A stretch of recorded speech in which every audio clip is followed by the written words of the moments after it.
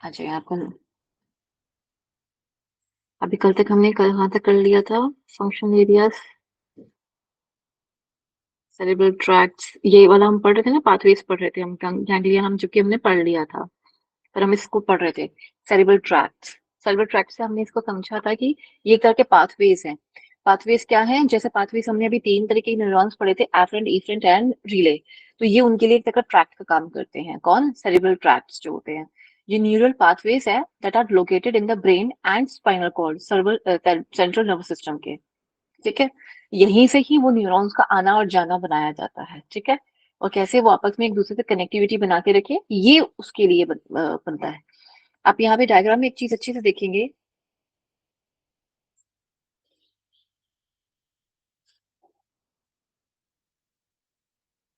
जी, यहाँ पे भी कॉर्पस कैलोसम है, राइट? मतलब इनको भी जोड़ने के लिए यहाँ पे ये है। ठीक है, ऐसा ही सेम टू सेम, ये तो ब्रेन में हम पढ़ चुके हैं, ये ब्रेन का बता रहा है। ब्रेन के अलावा जब स्पाइनल कॉर्ड में आओगे ना, वहां पे भी आपको बहुत सारी चीजें मिलेंगी जो बहुत सिमिलर है ब्रेन के स्ट्रक्चर से। तो वो आपको वहां पर देखने को पढ़ने को मिलेगा। ऑफ कोर्स ग्लैंड्स नहीं होंगे, पर कुछ ऐसे बेसिक स्ट्रक्चर होगा जो वहां पे भी आपका सिमिलर करेगा। उसको भी नीचे देखेंगे कैसे हम, जो उसको रिफ्लेक्स सेक्शन जो जा रहा होगा वो कैसे करेगा काम। ठीक है, बेसल गैंग्लिया जो होता है वो क्या होता है? ग्रुप ऑफ सेल बॉडीज होता है that lie deep with in the brain, brain के बिल्कुल बीच ही, बिल्कुल सेंटर में अंदर तक घुसा हुआ, जैसा कि हम समझ लीजिए बिल्कुल अंदर तक जाता हुआ होता है। And act as a relay station. Relay station का मतलब मैंने आपको पहले ही बताया था, जैसे कि जो उसको अच्छे से बार बार उसकी अनाउंसमेंट करी जा रहा है, आप उसको समझने के लिए करें। रिले सेंटर का बेसिकली काम ही यही होता है कि अच्छे से फटाफट से दूसरे जो जो एरियाज है उनको जाके खबर पहुंचाने का काम जो करता है वो रिले सेंटर करता है। ठीक है, तो ये क्या करता है, फिर कनेक्शंस बनाता है, और to many parts of the brain, including motor area and thalamus. Thalamus पे मैंने आपको पहले ही बताया था, थैलेमस पे आके हर चीज शुरू होती है। मतलब जो भी इंफॉर्मेशन आएगी पहले चेक पोस्ट पे जाएगी। चेक पोस्ट क्या है? हमारा थैलेमस है, सिर्फ और सिर्फ ऑल फैक्ट्री को छोड़ के। ठीक है, जो श्वसन का क्रिया का है उसको छोड़ के वो थैलेमस पे नहीं जाता। बाकी सारे जो होते हैं, जितनी भी इंफॉर्मेशन है, वो सारी इंफॉर्मेशन पहले थैलेमस पे जाएगी। ठीक है, फिर वहां से ही क्या करना है, कैसे करना है, किस तरह से करना है, सब मिलके उस पे एक वो करते हैं, जैसे पंचायत बिठाते हैं। ऐसे करेंगे और फटाफट से उसका एक्शन उस पे, मतलब प्रॉम्प्टली आपको उसका रिएक्शन या उसको कैसे एक्ट करना है, क्या जवाब देना है, ये सुनते रहना है। वो जो कुछ भी आपकी प्रतिक्रिया होगी वो उसके अकॉर्डिंग होती है। रिले के बाद का काम है ये। तो पार्किंसन डिजीज में क्या होता है, ये रिले वाला काम ही बड़ा धीमा पड़ जाता है। ठीक है, थैलेमस पे तो पहुंच जाता है, लेकिन वहां से एकत्र करना, ज्ञान को एकत्र करना, या एक्शन क्या, किसने क्या करना है, कैसे करना है, हाथ हिलाना है, पैर हिलाना है, दोनों इकट्ठे हिलाने हैं, बोलना भी है साथ में, और ये सब कुछ जो सारे कार्य करने हैं वो इकट्ठे एक साथ करने हैं। तो पाकिस्तान में क्या होता है, ये धीरे धीरे होता है, बहुत तेज स्पीड पे नहीं होता। ठीक है, फंक्शन क्या होता है, fine control of complex movements, coordinate activities like posture and walking, जैसे कि मारना, भागना, लड़ाई करना। लड़ाई करने से मतलब ये होता है जैसे कि जो सरहद पर लड़ाई होती है, वहां पे जो कोऑर्डिनेट करना है अपनी एक्टिविटीज को। सिर्फ पोस्टर का मतलब ये नहीं कि वहां आप मतलब मॉडलिंग वाला पोस्टर की बात करें या एक फोटोग्राफ खिंचवाने वाला पोस्टर की बात करें, नहीं। ये सिर्फ चलने वाला हम वॉक की बात करें, नहीं। जब आप सड़क पे भी अगर आप चल रहे हैं तो आप सतर्क रहते हो ना, पीछे से कोई गाड़ी आ रही है कि नहीं आ रही, या मैं जहाँ चल रही हूँ या चल रहा हूँ वो फुटपाथ ही है, तो बीच का भाग नहीं है। अगर हम रोड क्रॉस कर रहे हैं तो हमारी स्पीड कितनी तेज हो जाती है, then we also look left and right की कोई आई मीन कोई कार तो नहीं क्रॉस कर रही, कुछ कोई भी व्हीकल क्रॉस तो नहीं कर रहा। हम नोटिस करते हैं ना। तो ये कोऑर्डिनेशन जो करता है, कौन करता है? बेसल गैंग्लिया कर रहा होता है। ठीक है, कि कब रोड क्रॉस करनी है, कब नहीं करनी, कब भाग के करनी है, कब रुक के करनी है। ठीक है, तो वो सब कुछ जो होता है, ये भी, ये सारे मूवमेंट्स जो होते हैं इसी के अंदर कंट्रोल होते हैं। दूसरा मूवमेंट क्या होता है? Fine control complex movements. Complex movements के अंदर एक तो ये चीज तो आ गई, जहां डर भी जुड़ा हुआ हो। ठीक है, जहां डर भी आता है, फियर भी आता है ना, उस जगह पे भी हमारे हमारे मूवमेंट्स ना बड़ी हकी बक्की हो जाती है, हमारे हाथ पांव कांपेंगे। कहीं अगर मान लीजिए कि मैं तो इस सिचुएशन से निकली हुई हूँ, मुझे पता है। तो कहीं अगर आग लग जाती है तो हमारे हाथ पांव कांपने शुरू हो जाते हैं। किसी की जान पे बनाती है तो हमारे हाथ पांव कांपना शुरू हो जाते हैं, हालांकि हम काम कर रहे हैं, हम देख भी रहे हैं। कुछ लोग होते हैं सुन के देखते रहते हैं, उनको समझ ही नहीं आता कि हम क्या करें, और उन्होंने अपनी जिंदगी में बहुत कुछ किया होता है। ऐसा नहीं कि they're not intelligent and they are not intelligent, ऐसा नहीं है। दे आर इंटेलिजेंट और वो बहुत अच्छे से काम करते हैं, लेकिन जब समय आया तब कैसे रिएक्ट करा, तब आपकी मूवमेंट्स या तब आपका कार्य कैसा रहा, ये बहुत इंपॉर्टेंट है। ठीक है, तब बुद्धि ने कैसा साथ दिया। तो कई बार होता था कि हाथ पांव कांप रहे होते हैं लेकिन बुद्धि चल रही होती है साथ साथ में। तो हम ये करो वो करो, ये ऐसे करो ये वैसे करो, पानी डालो ये मिट्टी डालो, वो सारे जो कार्य होते हैं ये कैसे होते हैं। इसका अगेन मैंने आपको रिलेशन पहले भी कई बार बताया, एमिगडाला लिम्बिक सिस्टम। ये सिर्फ इसकी वजह से होता है कि अगर आग लगी है तो उसमें पानी डाल के बुझाना उसको, कंबल से लपेट के बुझाना उसको, मिट्टी डाल के बुझाना उसको, कैसे या कैसे बुझाना उसको, ये सब कुछ जो आपने सीखा हुआ होगा, एक दो बार तीन चार बार कई बार सीखा करा होगा, या फिर आपने किसी ऐसी वीडियो में उसको नहीं ध्यान से देखा कि आपका कंसंट्रेशन बिल्कुल एक टक था, वो चीज आपके दिमाग में बैठ जाती है। उसके लिए आपको बार बार रिवीजन की नीड नहीं होती। इसलिए कहते हैं कि जब आप पढ़ रहे हो, खास तौर पे जब आप पढ़ रहे हो, तो कोशिश ये करो कि आप एक टक होके पढ़ो, आपको दोबारा दोबारा रिवीजन की नीड नहीं पड़ेगी। आपका श्रुति ज्ञान जो होता है, ये श्रुति प्रस्थान जो होता है आपका, वो आपका बहुत बहुत तेज हो चुका होता है। मीन्स जो पहले के टाइम पे हम वेद की बात करते हैं, तब हम सिर्फ सुनते थे, लिखने लिखने का काम नहीं होता था। आप सभी को पता है ये बात, श्रुति काल में, ठीक है ना। तो वहां सिर्फ सुनने भर से ही सब कुछ हो जाता था। तो ये जब ये सुनने वाले से काम कब होता है, जब हमारा सारी सारी इंद्रियां एक ही जगह पे एकत्र हुई होती है, वो कोई कार्य नहीं कर रही और ऐसे करके हम बिल्कुल एकत्र हुए हुए हैं। त्राटक में भी हम ऐसे ही कर लेते हैं, त्राटक में कहीं भी कोई बात होती है हमारी आंखें हिल जाती है। होता है, सभी के साथ होता होगा ये। तभी कहते हैं शांत और बिल्कुल ब्लैकआउट वाले वातावरण में करना चाहिए उसको। ठीक है, वहीं से ये मोमेंट्स में फाइन। अब जैसे मैं अभी उन्होंने कहा कि हम लिखे क्या, तो आप यही लिखोगे कि त्राटक में कहाँ कौन सा एरिया काम कर रहा है और किस चीज पे काम कर रहा है। तो यहाँ पे वो पॉइंट्स आएंगे, जो जो छोटे छोटे पॉइंट्स मैं आपको बताती हूँ योग के, वो साथ साथ में आप लिखकर मार्क करोगे। अच्छा, फाइन कंट्रोल कॉम्प्लेक्स का मैं एक और एग्जांपल दे देती हूँ। जैसे कि मोमेंट, सॉरी, कॉम्प्लेक्स मोमेंट्स जो होती हैं, जैसे कि पियानो बजाना, सितार बजाना, ये सब कुछ भी जो होता है हमारा इसी में कंट्रोल होता है। लेकिन इसके लिए हमारा सबसे ज्यादा बैलम हमारा रिस्पॉन्सिबल होता है। बैलम जो होता है ना, ये छोटी छोटी एक्टिविटीज करने के लिए बहुत रिस्पॉन्सिबल होता है। ठीक है, चलिए। Function of cerebral cortex, cortex क्या था हम सबको याद है, सेरिब्रल कॉर्टेक्स वो था जो एक पतली सी एक झिल्ली, एक लेयर है, एक स्किन है, आप ये ऐसे समझिए, स्किन मत बोलिएगा वैसे इसको, ठीक है, एक लेयर है, एक आउटर लेयर है, किसकी, सेरिब्रल की, सेरी ब्रह्म की। ठीक है, बेलम की नहीं, बेल की नहीं है, ब्रह्म की है। ये higher order functions of mental activities के लिए, memory, reasoning, thinking, decision making and learning. आप कुछ भी क्या कैसे याद करोगे जब आपका एक बिल्कुल ध्यान इस तरफ होगा। इसका मतलब क्या है, मैंने आपको एक चीज बताई थी, एसोसिएशन एरिया, वहां से कनेक्ट करो इस बात को। मैंने आपको बताया था कि एसोसिएशन एरिया एक ऐसी चीज, एक मात्र चीजों में से है जिससे हमारा ब्रेन, जो एक ह्यूमन का ब्रेन जो होता है वो दूसरे ब्रेन से अलग होता है। Association area.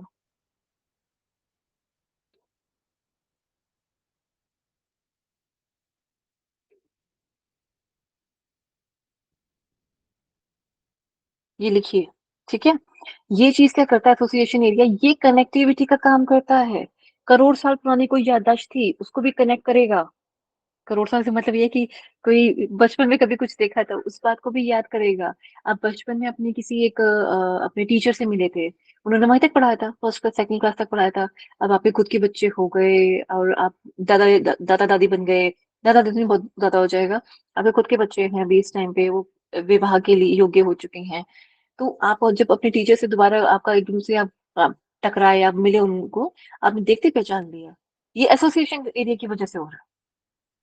उसमें बहुत सारी चीजें हैं जो आपको तुरंत एकदम से याद दिला दी। और फिर ऐसा क्या होता है, जब अपने उस टीचर से आप मिलते हैं, अपने गुरु से मिलते हैं, आप थोड़ा सा अलग होते हैं, जब आप मिल लिए, आप घर की तरफ वापस जा रहे हैं, वो अपने घर की तरफ वापस जा रहे हैं, तो आप बहुत सारी बातें याद करते हो, जबकि उनका रोल उस यादों में नहीं होगा।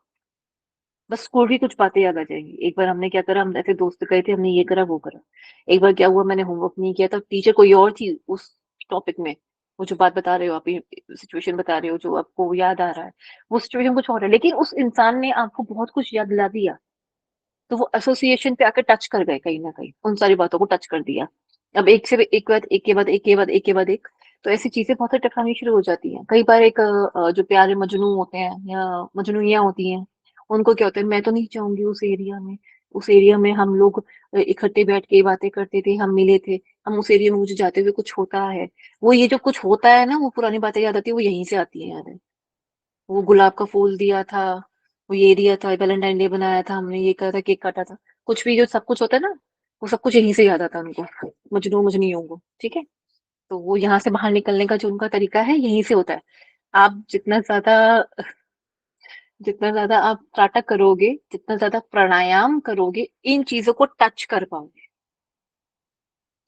इन चीजों को उतना ही बेहतर बना पाओगे। डीप ब्रीदिंग और डीप एक्सेल इन सब चीजों को बहुत अच्छे से कंट्रोल करता है। मैं अभी थोड़ा सा इस चीज को एक्सप्लेन कर देती हूँ यहाँ पे। आगे भी हम एक्सप्लेन करेंगे, ऑफ कोर्स करेंगे। थोड़ा सा मैं यहाँ पे फटाफट से एक्सप्लेन कर देती हूँ उसको। जब हम deep breathing, deep deep exhale करते हैं ना, तो ऑक्सीजन को टाइम मिल जाता है अदली बदली करने का। अगर हमने 21% ऑफ ऑक्सीजन अपने बॉडी में लिया है, तो आप समझिए सिर्फ 16-17% तो आप बाहर निकाल देते हो, फिर से फेंक देते हो वापस। तो आपकी बॉडी इतना कुछ एब्जॉर्ब नहीं करती। तो एब्जॉर्ब करने के लिए कुछ देर वहां रहना भी जरूरी है। तो वो जो हम डीप इनहेल करते हैं ना, उसके बाद श्वास को रोक लेते हैं, या डीप इनहेल करते करते करते जा रहे होते हैं, तो ऑक्सीजन का आदान प्रदान जो हो रहा होता है वो बहुत अच्छे से हो जाता है। तो बॉडी को बहुत सारी ऑक्सीजन मिल जाती है, इसलिए हम ऊर्जावान अपने को महसूस करते हैं। एक्सेल करते हैं तो क्या हो जाता है? तो एक्सेल करते हैं तो कार्बन डाइऑक्साइड निकलती है, जो फैट है वो निकलना शुरू हो जाता है। फैट को निकलने का क्या तरीका है? हमारी बॉडी में बहुत सारे तरीके हैं, उनमें से एक कार्बन डाइऑक्साइड का बाहर निकलना होता है। जब वो मेटाबॉलिज्म हमारा फास्ट होना शुरू हो जाता है, तो उतनी कार्बन डाइऑक्साइड हमारी बॉडी से बाहर निकलती है, इसलिए डीप एक्सेल होता है। और फिर डीप एक्सेल में आप एक चीज नोटिस कीजिए, आप चेस्ट से नहीं कुछ कर रहे होते। योगिक ब्रीथिंग में क्या होता है? सब कुछ बेली रीजन से चलता है, यानी कि नाभि से। यही होता है। तो आप वहां से अभी धीरे धीरे सब चीजों को अभी, इसको मैं थोड़ा सा लंग्स वाले में बढ़ाएंगे हम आपको, मतलब रेस्पिरेटरी सिस्टम में, क्योंकि वहां दो तीन चीजें ऐसी हैं जो बेहद बड़ी खूबसूरत है। तो वहां से ये सारी चीजें गवर्न होती है, आपका पूरा जो ब्रेन है ना, वहां से गवर्न होता है। वो कैसे हो जाता है? मतलब मैंने बताया, ऑल फैक्ट्री का अपना एक राज है, वो थैलेमस के पास नहीं जाता। तो वो इन सब चीजों को कैसे कंट्रोल कर लेता है? गुड। अगर किसी के मन में ये क्वेश्चन आया था तो गुड। जब हम डीप ब्रीदिंग, डीप एक्सेल करते हैं, ऑक्सीजन बॉडी में ज्यादा होनी शुरू हो गई, टॉक्सिन ज्यादा निकलने शुरू हो गई, यानी कि ब्लड प्यूरिफाई हो गया। ब्लड जो था वो अच्छा अच्छा हो गया और ज्यादा। ठीक है। अच्छा कैसे मतलब? ऑक्सीजन ज्यादा अच्छी आ गई ना, टॉक्सिन्स बाहर निकल गए, अच्छा अच्छा हो गया। तो वो जब ब्रेन में जाएगा तो क्या उसकी गंदगी को जल्दी बाहर निकालेगा? राइट। यानी कि कचरा बाहर निकल रहा है। और फिर इसको वो खाने पीने का अच्छा सामान देगा, यानी कि इसको ऑक्सीजन दे रहा है, न्यूट्रिएंट्स प्रोवाइड कर रहा है, सब कुछ कर रहा है, राइट। तो वो जो एक कार्य कर रहा है उसमें भी डिफरेंस आया ना, तो इससे ब्रेन की एक्टिविटी बढ़ेगी ना। ठीक है। उससे आपका ध्यान भी ज्यादा लगेगा। फिर आप कहीं पे कंसंट्रेट करना चाहते हो वो भी होगा। इसलिए कहते हैं सात्विक प्रकृति पे काम जो है, सात्विक खाना खाओ या सात्विक सोचो। इसी वजह से कहते हैं, ज्यादा सोचोगे, ज्यादा गलत तरीके से सोचोगे, तो वो चीजें उतनी आउट ऑफ द कास्ट चली जाती है। ठीक है। चले। सेंसरी परसेप्शंस जो होते हैं पेन के, यानी कि कहीं भी दर्द हो रहा है, टेम्परेचर, बाहरी टेम्परेचर, अंदरूनी टेम्परेचर, वात जो होता है, वात क्या करता है? वात एक तो ठंड में बहुत ज्यादा ठंड लगा देगा, गर्मी होगी तो बहुत ज्यादा गर्मी लग जाएगी। धूप में बाहर निकले नहीं और लगी लू फटाफट से, है ना। तो वो टेम्परेचर बैलेंस नहीं कर पाता। हम उसको फिर आयुर्वेद में क्या बोलते हैं? वात दोष। ठीक है। जहाँ टेम्परेचर बेस्ड आना शुरू हो जाता है, लिख लीजिएगा इस सब चीजों को। ठीक है। फिर आता है, ये सब चीजें आप देख रहे हैं, पंच तन मात्राएं आती हैं हमारी, क्या आती हैं ये? पेन है, इसमें टच है, साइट है, हियरिंग है, टेस्ट है, स्मेल है। बताइए किस में आता है? सॉरी। हम्म। समझे?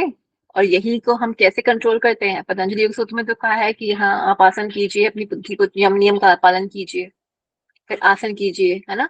आसनों में हम क्या कहते हैं? जो एनर्जी अपनी ब्रह्मचर्य से कमाई है, ब्रह्मचर्य से जो आपने एनर्जी कमाई है, उसको कहीं यूटिलाइज तो करो, वरना वो तो विस्फोट का काम करेंगी। आप बैलेंस ही नहीं कर पाओगे, कुंडलिनी जागरण ही नहीं कर पाओगे। क्योंकि कुंडलिनी अगर जागरण करने की कोशिश करी तो वो इंसान पागल हो जाएगा या तो मर जाएगा। मृत्यु निश्चित है।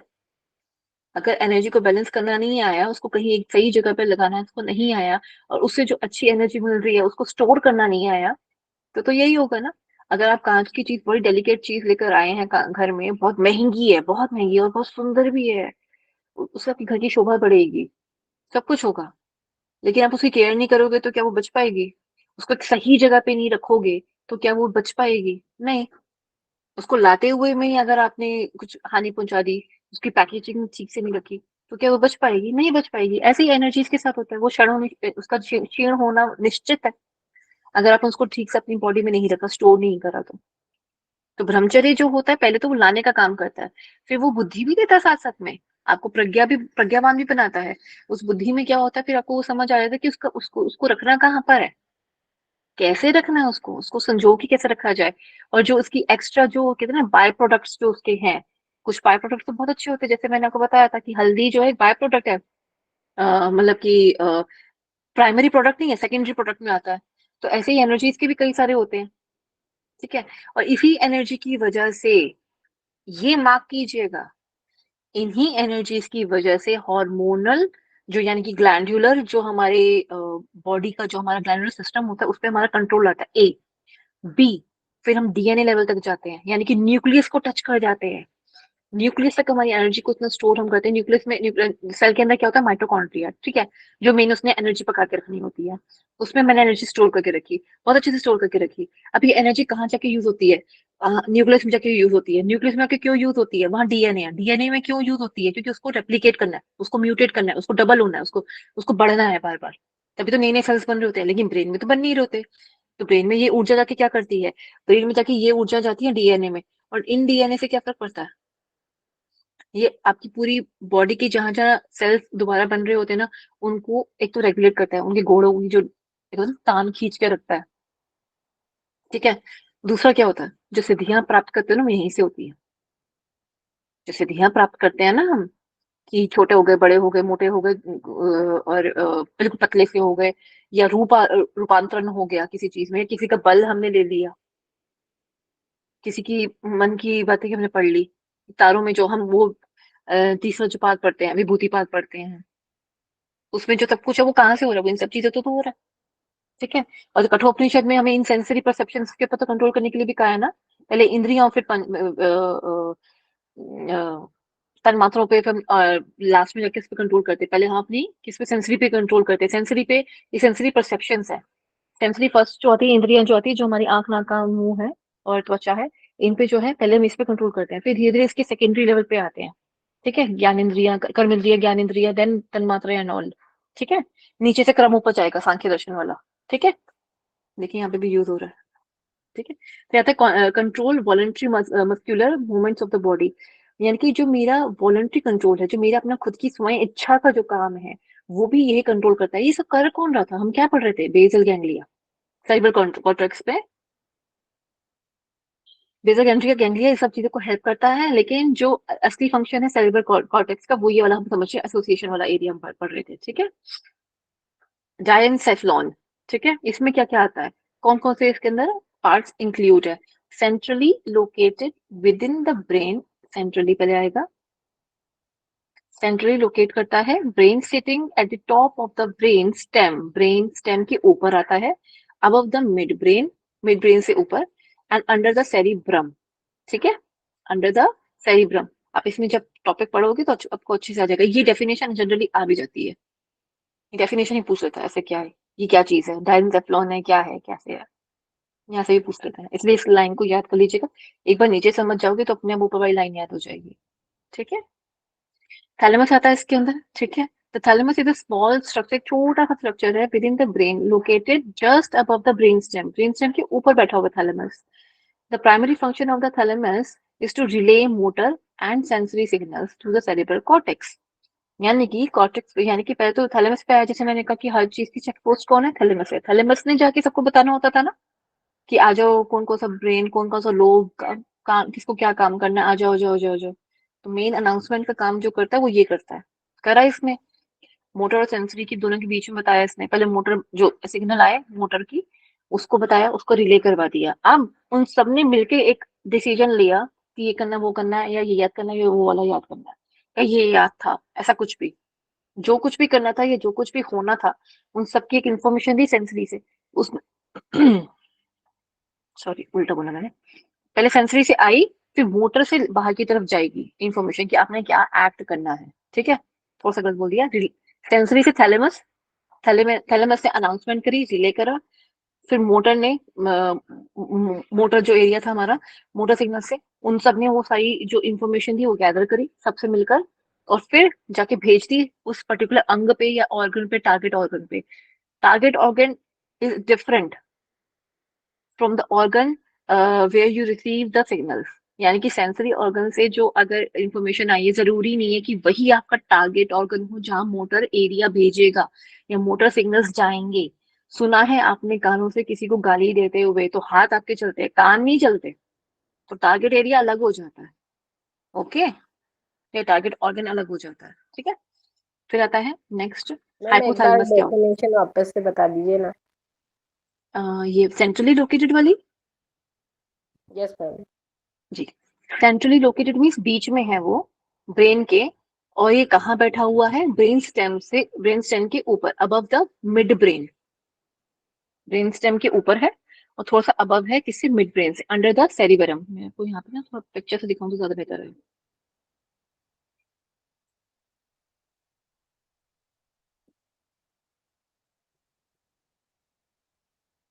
हम्म, ये रहा, देखिए। ठीक है, ये आपका पहले ब्रेन स्टेम है, ये पूरी की पूरी। ठीक है, ये ब्रेन स्टेम से ऊपर, फिर आगे मिड ब्रेन, इसने इसके साथ इंक्लूड करो, मिड ब्रेन से ऊपर वाली जगह पे यहाँ ये क्या आएगा हमारा? थैलेमस आएगा। ये रहा थैलेमस, ये ब्लू वाला पार्ट है ना, जो ब्लू वाला पार्ट जो है, ये ये क्या है? थैलेमस है। ठीक है, ब्रेन स्टेम से ऊपर, उसके ऊपर बैठा हुआ है, और कहाँ है? सेंट्रली लोकेटेड है, सेंटर में ब्रेन के, ब्रेन स्टेम से ऊपर। ठीक है, अभी क्लियर हुआ? Okay ma'am. Okay, thank you. Welcome.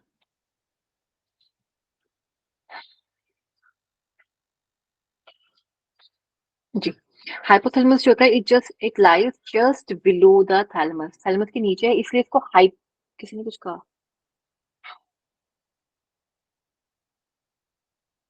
मुझे लगा ये किसी ने कुछ कहा। No ma'am. Okay, sorry. तो it lies just below the thalamus, thalamus के नीचे, तभी तो इसको हाइपोथैलेमस बोला। मैंने बताया था ना, हाइपो का मतलब होता है नीचे।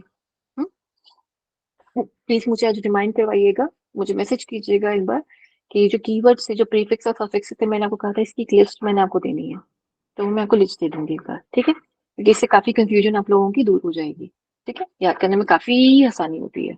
इसके अलावा कुछ ऐसे वर्ड्स भी हैं जो मैंने एक लिस्ट बनाई हुई थी, वो आपको आगे मसल्स वगैरह को भी याद करने में काम आएगी। हालांकि वो मस्कुलर के टाइम पे जब हम पढ़ेंगे तो उसमें भी आएगी काम। बहुत सारे ऐसे वर्ड्स हैं जो शेप्स के साथ रिलेट करे जाते हैं, दूसरी चीजों के साथ रिलेट करे जाते हैं, तो वो होता है। अगर इन एनी केस अगर आप कुछ समझ नहीं आता है, तो एक चीज आप कर सकते हो, जैसे कि मान लीजिए हाइपोथैलेमस है, कोई भी शब्द है ना, कोई भी शब्द है, चाहे वो इस यूनिट का हो या कोई भी यूनिट का हो, उसकी इटिमोलॉजी देख लीजिएगा।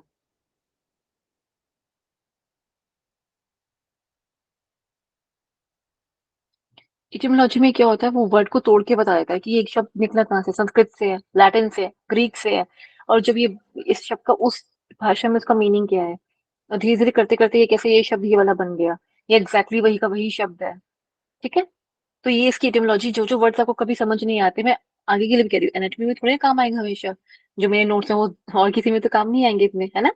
तो वहां पे एटिमोलॉजी, आप ये इसको ऐसे कर लीजिए। आप गूगल में क्या करोगे, जैसे कि मैं एग्जांपल देती हूँ, पीनियल वर्ड लिखा आपने और पीनियल एटिमोलॉजी करके लिख दिया, या आपने कम्युनिकेशन है, कम्युनिकेशन एटिमोलॉजी लिखोगे, तो वो आ जाएगा कम्युनिकेशन कहाँ से वर्ड आया, लैटिन का है, ग्रीक का है, किसका है। ठीक है, तो ऐसे वो वर्ड पूरा आ जाएगा, फिर उसको कम्युनिकेट आता लिखा हुआ आता है, टू शेयर, कैसे है, क्या करना है ना? तो वो सब कुछ आपका लिखा हुआ आ जाएगा, तो आपके लिए काफी इजी हो जाता है उस टॉपिक को बहुत ज्यादा अच्छे डीप में समझने का। ठीक है, चलो आगे बढ़ते हैं। Lies just below the thalamus and above the pituitary, pituitary मैंने आपको बताया था, जैसे कि ये वो सेंटर में था ना, हाइपोथैलेमस ऐसे करके। ठीक है, ये ब्रेन स्टेम जा रही थी। ठीक है, यहाँ आपका आ गया, ये आपको मान लीजिए ये हाइपोथैलेमस आ गया। ठीक है, फिर यहाँ नीचे आ जाएगा, यहाँ पे ऐसे लटकता हुआ सा, ऐसे मटर के दाने की तरह लटकता हुआ आएगा ये, एक रोड से लटकता हुआ सा आएगा। ये क्या होगा? पिट्यूटरी। ये हो गया पिट्यूटरी, और ये हो गया हाइपोथैलेमस।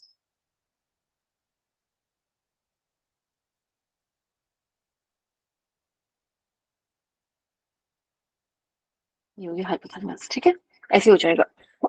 सॉरी। ठीक है, चलो फिर आगे देखते हैं इसको। पिट्यूटरी ग्लैंड से ऊपर बैठा हुआ होता है, to which it is attached by a stalk. इसको स्टॉक कहते हैं, जो छोटी सी जल्दी सी बनाई है ना मैंने, ये बैग सा बनाया है जो, इसी को स्टॉक बोलते हैं। ठीक है। फंक्शंस क्या होता है हाइपोथैलेमस के, ये इंपॉर्टेंट है, प्लीज इसको लिख लीजिए, सब बहुत इंपॉर्टेंट क्वेश्चन है ये, क्योंकि आपसे बहुत ज्यादा गहराई में नहीं पूछा जाता। ठीक है, वो आपको योग से रिलेशन में ज्यादा कम कम पूछते हैं, वो ज्यादा नहीं पूछेंगे आपसे योग रिलेशन में। वो आपकी अपनी समझ के लिए जो मैं आपको बता रही हूँ, एग्जाम में इस तरह से कुछ क्वेश्चन 99% नहीं आएंगे। शायद ही कोई क्वेश्चन अगर अब बना शुरू हो जाए तो पता नहीं, पर आज तक कभी बना नहीं है। ठीक है। ठीक है।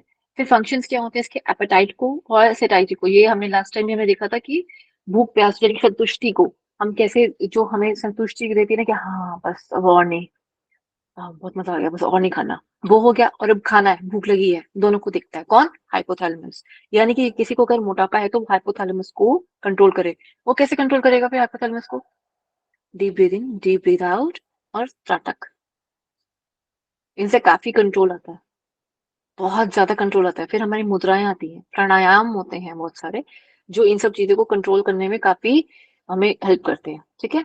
जो बंद होते हैं ना हमारे जैसे कि बाह्य कुंभक हो गया, सॉरी बंद वो वाला बंद नहीं, बाह्य कुंभक हो गया और आंतरिक कुंभक हो गया, ये भी हेल्प करते हैं इसके अंदर। फिर जो बंद है, जालंधर बंद हो गया, उड़ियान बंद हो गया, और मूल बंद हो गया, ये सब भी हमारे इसके अंदर हेल्प करते हैं। मूल बंद तो इसके अंदर ऑफकोर्स नहीं करेगा, मूल बंद के अपने अपने वो है, कंट्रोलिंग पावर्स हैं, वो अलग है। पर जो उड़ियान बंद है और जलंधर जलंधर बंद है, ये बड़ा हेल्प करते हैं इसके अंदर। ठीक है। जिसको मोटापा है, या जिनसे भूख कंट्रोल नहीं होती, या जिनको क्रेविंग होती है मीठा खाने की हर वक्त, या कुछ भी इस तरह का, कुछ भी ऐसी जो चीज है जो फूड फूड रिलेटेड है, वो यहाँ से आके कंट्रोल होती है। ठीक है। पानी की प्यास की भी होती है, कंट्रोल होती है। आपको प्यास क्यों लगती है, बॉडी में वाटर की कमी जब हो जाती है तो ये बताता है सॉरी, कि आपको पानी पीना है। आप खाना खाने से पहले, जैसे मैं आपको बता रही थी, खाना खाने से आधा घंटा पहले पानी पियेंगे तो आपके लिए फायदेमंद है, मतलब अमृत का काम करता है, क्योंकि जो पानी होता है, जो एंजाइम्स होते हैं, वो पानी पिला पिला के हमारी बॉडी में मेटाबॉलिज्म में कार्य करते हैं, हाइड्रोलाइसिस उसको बोलते हैं। ठीक है। या न्यूट्रिशन वाले या डाइजेशन में आएगा, हम पढ़ेंगे उसको। ठीक है। न्यूट्रिशन में भी आएगा ये टॉपिक वैसे। ठीक है। वाटर बैलेंस करता है, वरना अगर वाटर बैलेंस प्रॉपरली नहीं होगा तो उससे क्या होगा, खून गाढ़ा हो जाएगा, खून गाढ़ा हो जाएगा, लिम्फेटिक सिस्टम थोड़ा गाढ़ा हो जाएगा, सब कुछ गाढ़ा गाढ़ा गाढ़ा हो जाएगा। अब हमेशा सूखी सब्जी तो पसंद नहीं आती है, लिक्विड भी होनी चाहिए। और आयुर्वेद तो कहता है, स्पेशली स्पेसिफाई करता है कि सब्जियां लिक्विड ही ज्यादा खाओ। ठीक है। अगर दाल में, जो दाल के जो कण है ना, उससे ज्यादा पानी होना चाहिए। जो हम धर्मशाला में या लंगर वगैरह में देखते हैं ना, उसमें पानी ज्यादा होता है, हम कहते हैं "है, ये क्या दाल है", तो पानी है। एक्चुअली में वो असली दाल होती है, वो स्टॉक के साथ बनाई जाती है। स्टॉक से मतलब क्या होता है, जो उनका जो असली रस है ना, उसकी वजह से वो बनाई जाती है, उसका सारा सार उस पानी के अंदर होता है। और वो पानी पचाना इतना आसान नहीं होता, इसलिए दाने कम होते हैं। दाने को पचाना मुश्किल होता है, लेकिन हमने उसको जो सार निकाला है ना, पानी में निकाला हुआ है, वो ज्यादा महत्वपूर्ण है, वो पानी बहुत महत्वपूर्ण होता है। ठीक है। फिर आता है बॉडी का टेम्परेचर, अगेन इसके बारे में बात हो चुकी हुई है, बॉडी टेम्परेचर के बारे में। ठीक है। थैलेमस के ऊपर हम बात करते हैं ना इस पे बॉडी टेम्परेचर में। तो कौन कैसे क्या किस तरह से हमने बॉडी को, टेम्परेचर को हमने कंट्रोल करना है, कंट्रोल तो वो कर रहा है, लेकिन क्या करना है, कौन से हार्मोन को रिलीज करना है, सब कुछ वो कौन देखेगा, हमारा हाइपोथैलेमस देखेगा। इमोशनल रिएक्शंस कैसे होने चाहिए, रोना आ रहा है, चुप होना आ रहा है, किसी की मजबूरी पे हंसना आ रहा है, जो लोगों का बहुत आजकल तो बहुत ही कॉमन है। कोई बेचारा रो रहा होता है, गिर जाएगा रास्ते में, उसके ऊपर हंस देंगे हम। ये सबसे, ये बहुत ही बुरी बात है और हम इसको करते हैं। ठीक है ना। और इमोशनल रिएक्शंस के अंदर और क्या आ गया, प्लेजर, फियर, सेक्सुअल बिहेवियर, कुछ भी है इसके अंदर। मैंने इस तभी एग्जांपल दिया था लास्ट टाइम भी कि इसके अंदर क्या आ जाता है, रेपिस्ट, जो लोग अपने अपने पर कंट्रोल नहीं कर सकते। मूल बंध जब लगाते हैं, जब महाबंध जिसे हम कहते हैं, जब हम ये लगाते हैं तो यहाँ पे आके वो चीजें टच करती है हाइपोथैलेमस को। अभी क्लियर हो रहा है थोड़ा थोड़ा, मतलब चीजें थोड़ा समझ पाओगे कि क्यों बंद, कैसे क्यों बंद लगा रहे हैं। क्या सिर्फ बंद वहीं पर ही, सिर्फ उस लोअर बैली रीजन पे ही काम करेगा मूल बंद हमारा, नहीं, सिर्फ वहां काम नहीं करता, उससे जुड़ी हुई जितनी नाड़ियां ऊपर जा रही है ना, जो वेगस नर्व जा रही होती है, वो उनको हेल्प करता है कनेक्ट करने में। जो हमने 12 क्रेनियल नर्व्स पढ़ी थी और 31 पेयर पढ़े थे हमने स्पाइनल नर्व के, वो हमें इन सब चीजों को कंट्रोल करने में हेल्प करते हैं, और वही इंफॉर्मेशन लेकर आते हैं हमारे पास। ठीक है। लाने का काम भी कर रहे हैं, ले जाने का काम भी कर रहे हैं, दोनों कर रहे हैं ना। तो जब हमारी वेगस नर्व जो होती है, वो पूरी नीचे तक टच होती है, मूल बंध तक, वहीं वहां तक लोअर बेली लोअर बैली रीजन तक हमारी कनेक्टेड होती है। इसलिए कई बार आपने नोटिस करा होगा कि अगर कोई यूरिन का अर्ज है किसी को, वो नहीं जा रहा, बहुत देर हो गई है, तो ऐसे इंसान का सर दर्द होना शुरू हो जाता है। अगर एक्सक्रीट प्रॉपरली नहीं कर रहे हो, कॉन्स्टिपेटेड फील कर रहा है, ऐसा इंसान का भी सर घूमना शुरू हो जाता है। कॉमनली सुना होगा शायद आपने ये बात। और व्याधियां और आधी व्याधियां नहीं देता है, नो डाउट देता है, पर ये कॉमनली देखा जाता है और पाया जाता है। जैसे ही यूरिन का अर्ज आप एक्सपीरियंस करते हैं या किसी ने भी यूरिन का पास आउट करा, उसको सर दर्द ठीक हो जाता है। ये प्रेशर बॉडी में क्रिएट करते हैं सारी चीजें। जब प्रेशर क्रिएट करते हैं तो उन सब चीजों को कंट्रोल करना, सब कुछ करना, वो कौन कर रहा है? ये सभी करता है, ठीक है। हाइपोथैलेमस रहता है पीनियल बॉडी, ये बहुत इंपॉर्टेंट है। Melatonin secretion for regulation of sleep wake cycle, जो आप साइकोलॉजी में पढ़ोगे वो पीनियल ग्लैंड के ऊपर मेजरली काम हो रहा है। जो साइकिल आप पढ़ोगे ना उसके अंदर कि अल्फा बीटा गामा और अल्फा बीटा गामा, एक और होता है ना, alpha beta theta. Delta. Theta, theta, हाँ जी थीटा। तो ये सब कुछ जो होता है वो इसी के अंदर आके कंट्रोल करा जाता है। वो इसके अंदर पढ़ रहे हो आप, जब साइकोलॉजी पढ़ रहे हो वो इसकी वजह से मतलब इसके इसमें पढ़ रहे हो। तो जो सपने आते हैं वो सब कुछ इससे इससे कनेक्टेड हो रहा है आपका, ठीक है, क्लियर। फिर आता है पिट्यूटरी ग्लैंड, ये बहुत इंपॉर्टेंट है। प्लीज जो ग्लैंड्स के बारे में थोड़ा थोड़ा बता रही हूँ ना यहाँ पे, एंडोक्राइन सिस्टम के ना, ये अपनी चार्ट बनाना है अपना, कैसा बनाना है मैं उस क्लास में आपको एक बार क्लियर कर दूंगी, ठीक है। सर्कादियन रिदम क्या होता है, किस वक्त पे क्या करना है। सर्कादियन रिदम का क्या मतलब होता है, आयुर्वेद की सबसे एक बार समझ लो, बहुत अच्छा एग्जांपल मजा आता है वहां से सब समझने में भी। आयुर्वेद क्या कहता है कि इतने टाइम, इतने बजे से इतने बजे खाना नहीं खाना। आयुर्वेद कहता है इतने बजे खाना खा लो, बेस्ट टाइम है। तो ये जो टाइमिंग जो डिफाइन करी गई है वो सर्कादियन रिदम की बात आती है। रात का टाइम सोने का बना है, 6 बजे के बाद खाना मत खाओ। क्यों ना खाओ? 6 बजे के बाद क्या हो जाता है ऐसा? 6 बजे के बाद पित्त की प्रकृति नहीं रह जाती, तो खाना पचता ही नहीं है, धीरे धीरे धीरे पचेगा। और जो धीरे धीरे धीरे पचेगा उसमें तो हमने बहुत बार खा लेते हैं 6 बजे के बाद। तो डिनर ही लोग 6 बजे के बाद करते हैं। तो जो जैनिज्म होते हैं, वो जैनिज्म जो जैनी होते हैं वो तो करते ही नहीं 6 बजे के बाद कुछ नहीं खाना। इवन बहुत सारे योगी जो नहीं करते, मैं भी नहीं करती। हम 6 बजे के बाद खाना नहीं खाते, मैं भी नहीं खाती 6 बजे के बाद, अंधेरे होने के बाद खाना नहीं खाना। नहीं खाना तो नहीं खाना। आप ज्यादा से ज्यादा लाइट फूड ले सकते हो, विच इज अलाउड। अगर आप मिल्क लेते हो तो मिल्क एक लेक्सेटिव का काम करता है, और मिल्क को पचने में नियरली 11 घंटे लगते हैं। मिल्क को पचने में कितनी लगती है? नियरली 11 घंटे लगते हैं। तो ये सारा कुछ जो होता है ये हमारी स्लीप साइकिल को भी बेनिफिट देता है, ठीक है। स्लो प्रोडक्शन, स्लो स्लो काम हो रहा है ना, धीरे धीरे काम हो रहा है, कोई दिक्कत नहीं है। तो स्लो स्लो काम हो रहा है, दिक्कत क्यों नहीं हो रही है? क्या उसको पचाने के लिए कोई एंजाइम की रिक्वायरमेंट नहीं होगी? होगी। वो इतने तो वो बना रहा होता है, इतना तो वो उसके बाय प्रोडक्ट्स में या सेकेंडरी प्रोडक्ट में निकल रहे होते हैं, ठीक है। लेकिन अगर आप हैवी खाना खाते हो तो उसको प्रॉपर नॉक मिलता है, उस डोर पे प्रॉपर नॉक होगा कि हाँ ये दो मुझे, ये दो मुझे, ये वाले एंजाइम दो मुझे, ये भी करो मुझे, वो भी करो। तो रिपेयर कब करेगा? ग्रो कब करेगा? डायबिटीज उसको नहीं होती जो शुगर ज्यादा खाता है, डायबिटीज उसको ज्यादा होती है जो कार्बोहाइड्रेट ज्यादा खाता है। समझ आ रही है बात? डायबिटीज उसको नहीं होती जो चीनी चीनी चीनी चीनी चीनी हर वक्त मीठा मीठा मीठा मीठा, चीनी मतलब हर चीज में मीठा खा रहा है। नहीं, it's a very wrong concept. Diabetes उसको ज्यादा होती है जो एक्सेस ऑफ कार्बोहाइड्रेट्स ले रहे हैं, चिप्स खाई जा रहे हैं, पैकेज फूड्स खाए जा रहे हैं, उसमें जो केमिकल्स हैं, इतना ज्यादा हैवी लेवल ऑफ कार्बोहाइड्रेट्स खा रहे हैं। क्यों? कार्बोहाइड्रेट खाने से ऐसा क्या हो जाएगा? कार्बोहाइड्रेट को बचाने के लिए भी तो हमें शुगर में जो बॉडी में जो इंसुलिन लेवल है वो हमें बढ़ाना पड़ता है, वो हमें बढ़ाना पड़ता है ना। तो ये जब डाइजेस्टिव सिस्टम में पढ़ोगे थोड़ा सा वहां से क्लियर हो जाएगा, ठीक है। अब सर्कादियन रिदम के अंदर सिंपली ये बात आ जाती है, जो आयुर्वेद की साइकिल बनती है ना, जो हम पढ़ते हैं कि रात से इतने टाइम पे ये काम हो रहा होता है, फिर सुबह में इतना काम हो रहा होता है, और अर्ली मॉर्निंग इतना काम होता है, फिर ये होता है। तो जो सुबह का टाइम होता है, अर्ली मॉर्निंग का टाइम होता है, हम कहते हैं कि ब्रह्म मुहूर्त में उठो, क्योंकि हमारी बात प्रकृति सबसे ऊपर होती है। बात प्रकृति ऊपर होती है तो उससे क्या हो जाएगा? हमारा ऑल फैक्ट्री लोग की अच्छी प्रधानता तो पहले से ही है। तो ऐसा इसने क्या नया कर दिया? उसने नया ये कर दिया कि जब आप अपनी बॉडी में डीप ब्रीदिंग, डीप एक्सेल कर रहे हो, तो वो प्रॉपरली उसको होने देगा, वो उसको करने देगा, वो उसको एंजॉय करेगा, और वो पूरी बॉडी उसके अंदर तरोताजा हो जाती है। लेकिन जब आप किसी और टाइमिंग पे अगर आप बात का कार्य करोगे, जैसे कि प्राणायाम करोगे, तो उसमें क्या होगा? बॉडी थोड़ी डिस्टर्ब महसूस करेगी, वो उतना सक्षम या उतना डीपली आपके साथ नहीं रह के चल पाएगी, ठीक है। प्रोलॉन्ग पीरियड में तो ऑफकोर्स बॉडी को खराब कर देंगे, पर जो असली साइकिल है वो उसके साथ चलती है, ठीक है। कब सोना है कब जागना है, आम भाषा में जो दिनचर्या ऋतुचर्या होती है वो सर्कादियन रिदम के अंदर ही आती है। ठीक है, फिर आता है पिट्यूटरी ग्लैंड। क्या होता है पिट्यूटरी ग्लैंड? होता है मास्टर ग्लैंड। हाँ जी, गुरु आ गए। कौन है पिट्यूटरी? मतलब गुरु कौन है? पिट्यूटरी।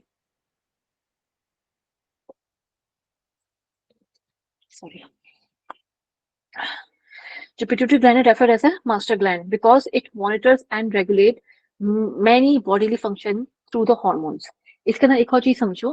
पिट्यूटरी ग्लैंड बताया था ना मैंने, हाइपोथैलेमस के नीचे है पिट्यूटरी ग्लैंड है। अभी हम जब आइस का पढ़ेंगे ना, मैं थोड़ा सा यहीं से बता देती हूँ, तो आइस का जब आएगा तो देखेंगे, क्योंकि शायद नोट्स आपके आइस के ऊपर है नहीं शायद। तो उसमें ना हमारी जो आंखें है ना, इसके पीछे जो नर्व्स जारी होती है ना, वो ऐसे होती हैं। ये आंखें हैं, इसकी जो नर्व्स है ना पीछे से, ऑप्टिकल नर्व्स जिसे हम कहते हैं, वो ना ऐसे करके जारी होती है, क्रॉस करके। ठीक है, क्रॉस करके फिर से ना यहाँ आके मिलती है एक जगह पे। ठीक है, ये होता है ऑप्टिक काइज्मा। सॉरी, पीछे मिलती नहीं है। एक second, sorry sorry sorry sorry. जो ये मिलती है ना आगे जाकर, यहाँ पीछे जाके से निकल जाती है। ठीक है, एक ही जगह पे आके ऐसे करके थोड़ा सा नैरो होके निकल जाएगी पीछे, हॉस्पिटल लो पे जाके मिलेंगी फिर ये। ठीक है, जहाँ पे ये टकरारी होती है ना, ये पिट्यूटरी ग्लैंड के पास वाला एरिया होता है, इसलिए त्राटक काम करता है। आज्ञा चक्र इस वजह से काम करता है, पिट्यूटरी की वजह से। और पिट्यूटरी क्या है? मास्टर ग्लैंड, जो हार्मोन्स को कंट्रोल करता है। अब समझ आया शायद आपको कि त्राटक कैसे क्यों काम कर पा रहा है, कैसे आज्ञा चक्र आपको कितना कुछ दे जाता है। आई मीन वो इतना बड़ा क्यों माना गया है। ठीक है, अगर हार्मोन्स का कंट्रोल अगर आपकी बॉडी में अगर हो गया है, ग्लैंड्स का जो फंक्शन है वो आपके कंट्रोल में आ रहा है या आ गया है, तो सिद्धियां तो मिलनी ही मिलनी है। क्योंकि आपने उसको इतना बड़ा, इतना कंट्रोल उसको कर लिया हुआ है कि अब आप जैसा चाहते हो वैसा उसका रिलीज होगा, वैसा ही उसको स्टॉप होगा। वैसा हो गया। बहुत हाई लेवल ऑफ योग की बात हो रही है यहाँ पर। ठीक है, चलिए एक बार ब्रेन स्टेम को फटाफट से देख लेते हैं, ज्यादा कुछ इसके अंदर है नहीं वैसे। ठीक है, अब सॉरी सॉरी सॉरी। जी, ब्रेन स्टेम क्या है? ये एक तना है। किस चीज का तना है? ब्रेन का। ब्रेन का तना किस लिए होता है भाई? क्यों बनाया होगा? इसके नीचे इसकी रूट्स जा रही होंगी। ठीक है, ऊपर से तो पूरा पेड़ खिल गया, यानी कि ब्रेन खिल गया, सेंट्रल नर्वस सिस्टम खिल गया। अब नीचे जो तना जा रहा है ना, वो स्पाइनल कॉर्ड है, उसमें उसकी पूंछ निकल रही है। जो रूट्स की पूंछ निकलती है ना, ऐसे करके रूट्स में ऐसे से अलग करके सब कुछ जा रहा होता है, ऐसे अलग अलग जा रहा होता है। तो ये वो उसकी तरह है। ठीक है, और ये रूट्स की तरह ही काम करता है, फिर रूट्स ही इंफॉर्मेशन लेके जा रही होती हैं, फिर पूरे पेड़ पे देती हैं। ठीक है, ऐसा भी आप कह सकते हो समझने के लिए। ठीक है, इसको एक और चीज भी समझ सकते हैं, अगर ब्रेन खराब होगा तो स्पाइनल कॉर्ड का कोई अस्तित्व नहीं है, लेकिन अगर स्पाइनल कॉर्ड पे अगर कोई नुकसान अगर होगा ना, तो वो रिकवरेबल भी नहीं होता कई जगहों पे। अगर किसी का एक्सीडेंट हुआ लंबर रीजन पे, अगर उसका एक्सीडेंट हुआ, भगवान अगर किसी का ऐसा हो, लेकिन वो इतना भयंकर एक्सीडेंट था, उसमें कई ऐसी नर्व्स होती हैं जो अगर डैमेज हो गई तो कंसीव नहीं कर सकता इंसान। वो पैरालाइज्ड हो जाएगा, उसकी लोअर बॉडी काम नहीं करेगी। ये भी होता है। ठीक है, तो ध्यान रखें कि सिर्फ कैसे इन सब चीजों का आपस में जोड़ है। स्पाइनल नर्व्स का कार्य कितना इंपॉर्टेंट है, नर्व्स का रोल कितना इंपॉर्टेंट है। अंग तो वहां मौजूद है, लेकिन उसमें कोई कार्य नहीं हो सकता। वो होके भी नहीं का कार्य कर रहा है, कुछ नहीं है उसका। वो एक तरह से डेड बॉडी की तरह काम करता है। वो कुछ कर ही नहीं सकता, वो वाला पार्ट, वो और कर, या वो वाला एरिया भाग जो है। जैसे मैंने पहला इसकी बात करी तो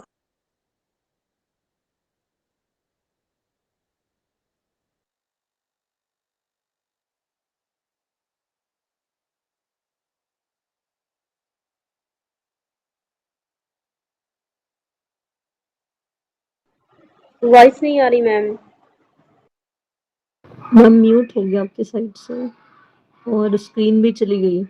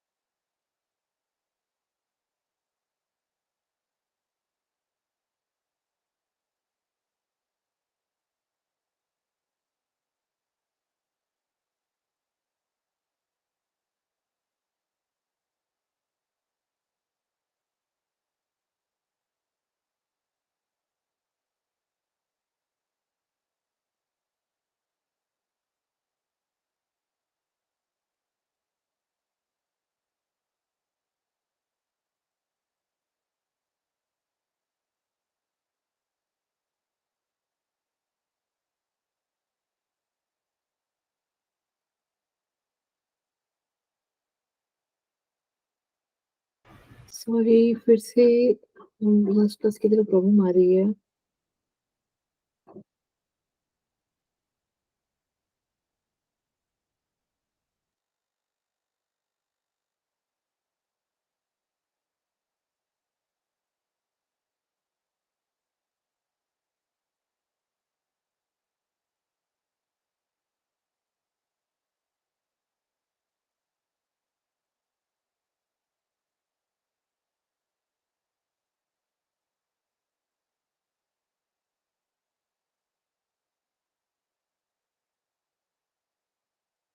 जी, अभी ठीक है सभी को?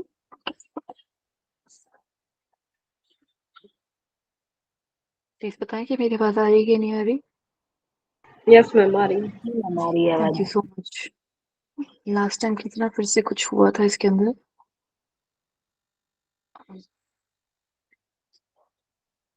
सॉरी।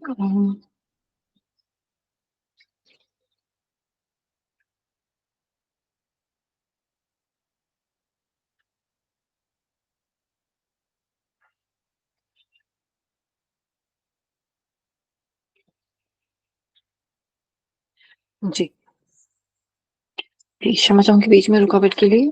जी, ब्रेन स्टेम जो होता है वो कनेक्ट करता है कि सेंट्रल नर्वस सिस्टम को, जो हमारा सेंट्रल नर्वस सिस्टम मीन्स जो ये वाला भाग आता है, मान लीजिए यहाँ पूरा ब्रेन है ना ये वाला, इसको कनेक्ट करता है। इसको और नीचे जो हमारी नीचे स्पाइनल कॉर्ड जब अब जब जाएगी उसको कनेक्ट करने का काम ये करता है, ठीक है? इफ योर ब्रेन स्टेम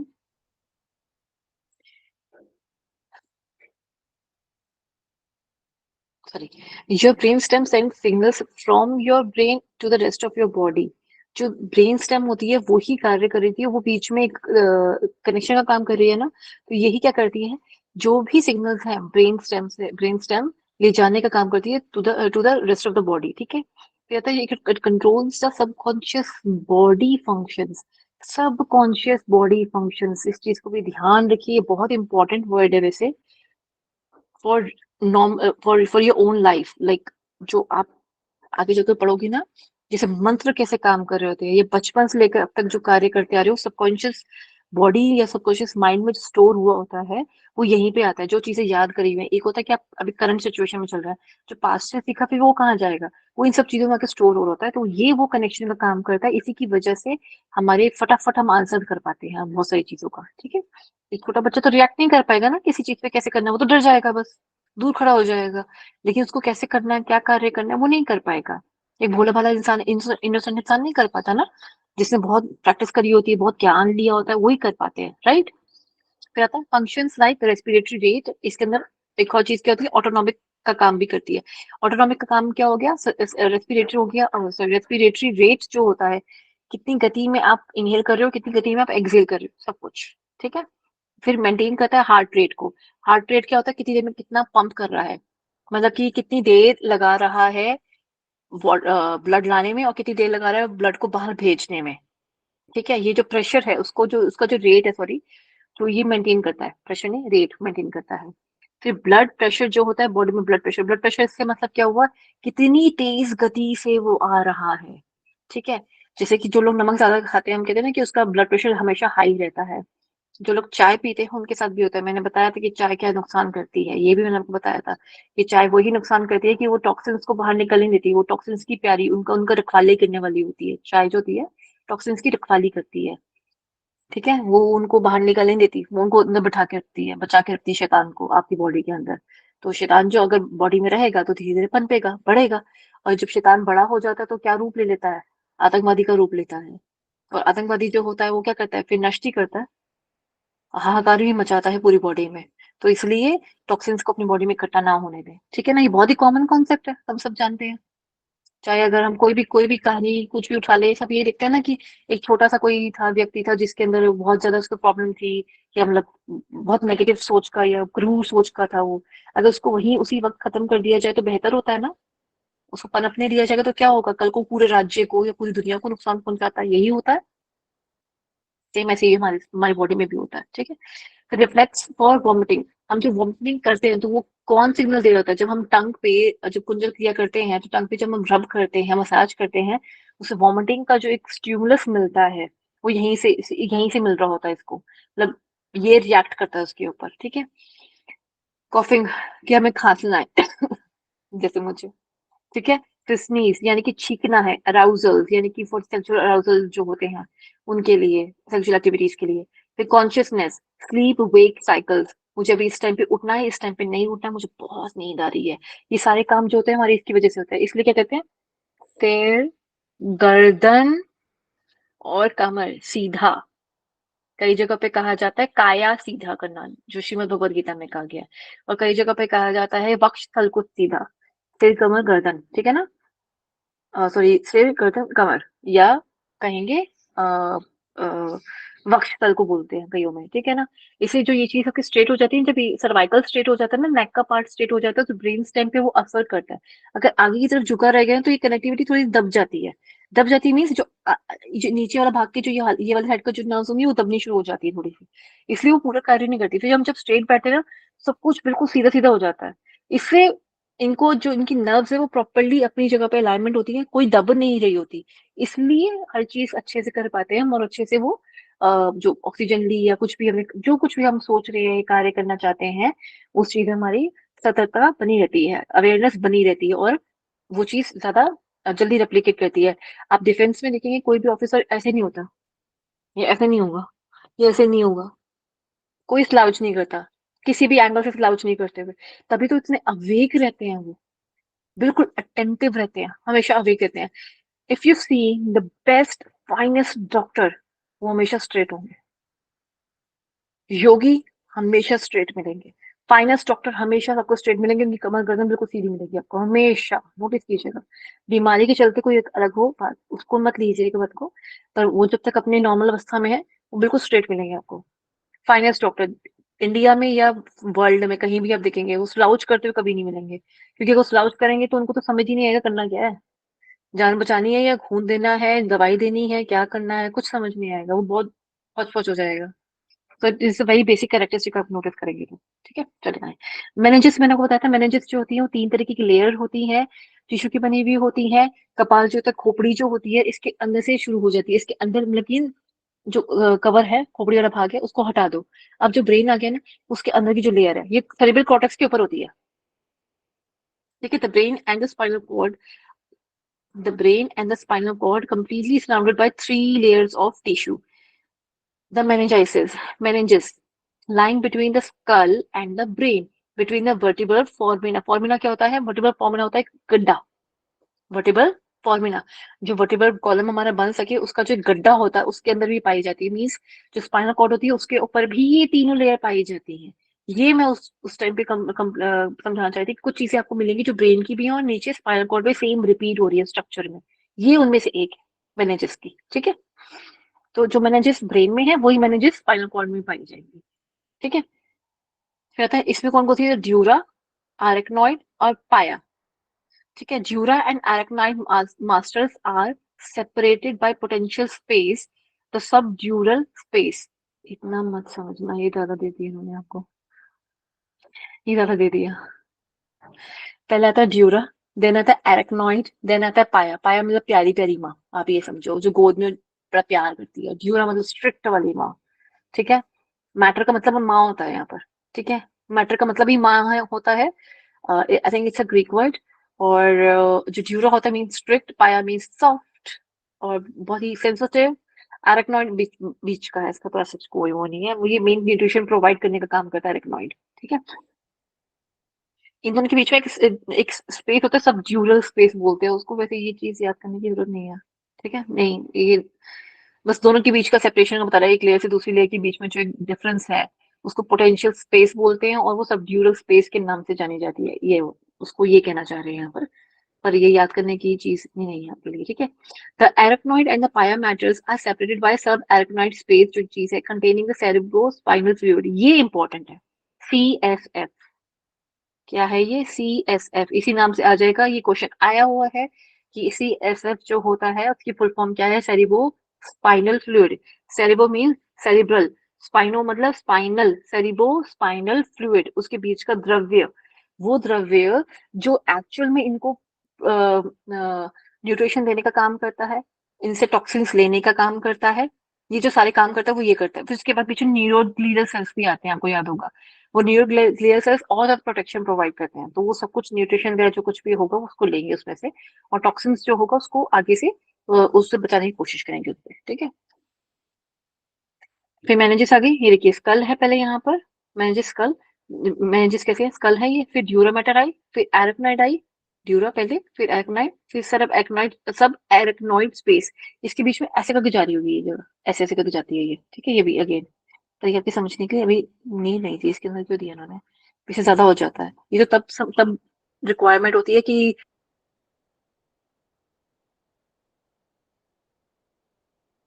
कैसे इसके अंदर वो मैम वॉइस न्यूट्रिशन ब्रेक हो रही है।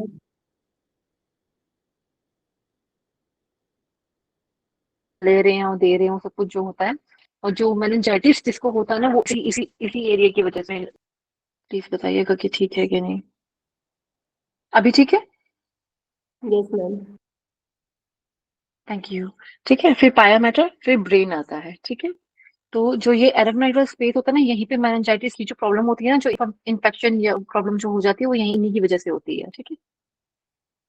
इसमें क्या होता है, फोड़ा टाइप बनना शुरू हो जाएगा बहुत ज्यादा स्पेस में ना, इतनी कम स्पेस में बहुत सारा पानी इकट्ठा हो जाएगा, इन्फेक्शन इकट्ठी हो जाएगी, तो ये सारा कुछ यहाँ पे होता है वो, ठीक है।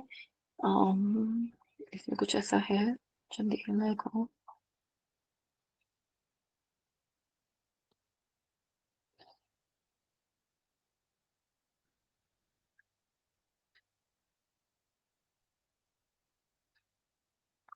ये देखिए नीचे ना, इसमें ये वाला पार्ट जो अगर आपको सबको दिखाई दे पाता है तो, ये मैंने आपको बताया था कि स्पाइनल कॉर्ड जो होती है, central canal of the spinal cord, ये स्पाइनल कॉर्ड एक जगह पे आके टर्मिनेट कर जाती है, राइट, मैं आपको बताया था।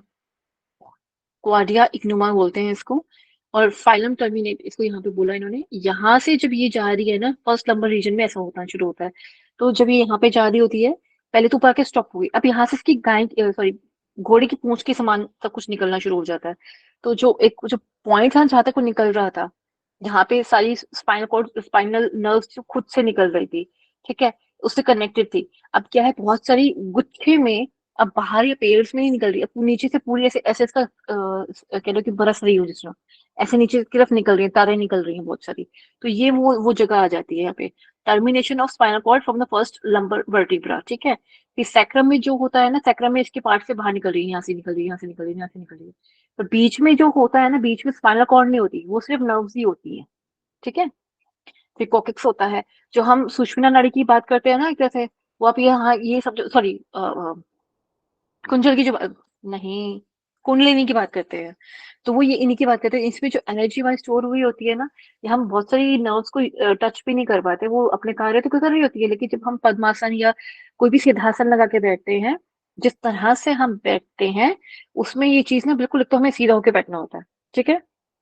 फिर हम सीधे होके बैठे हैं, तो यहाँ पे जितनी भी नर्व्स होती है ना, इनका जो एक अपना भाग होता है, ये थोड़ा आप कॉइल्ड कह सकते हो।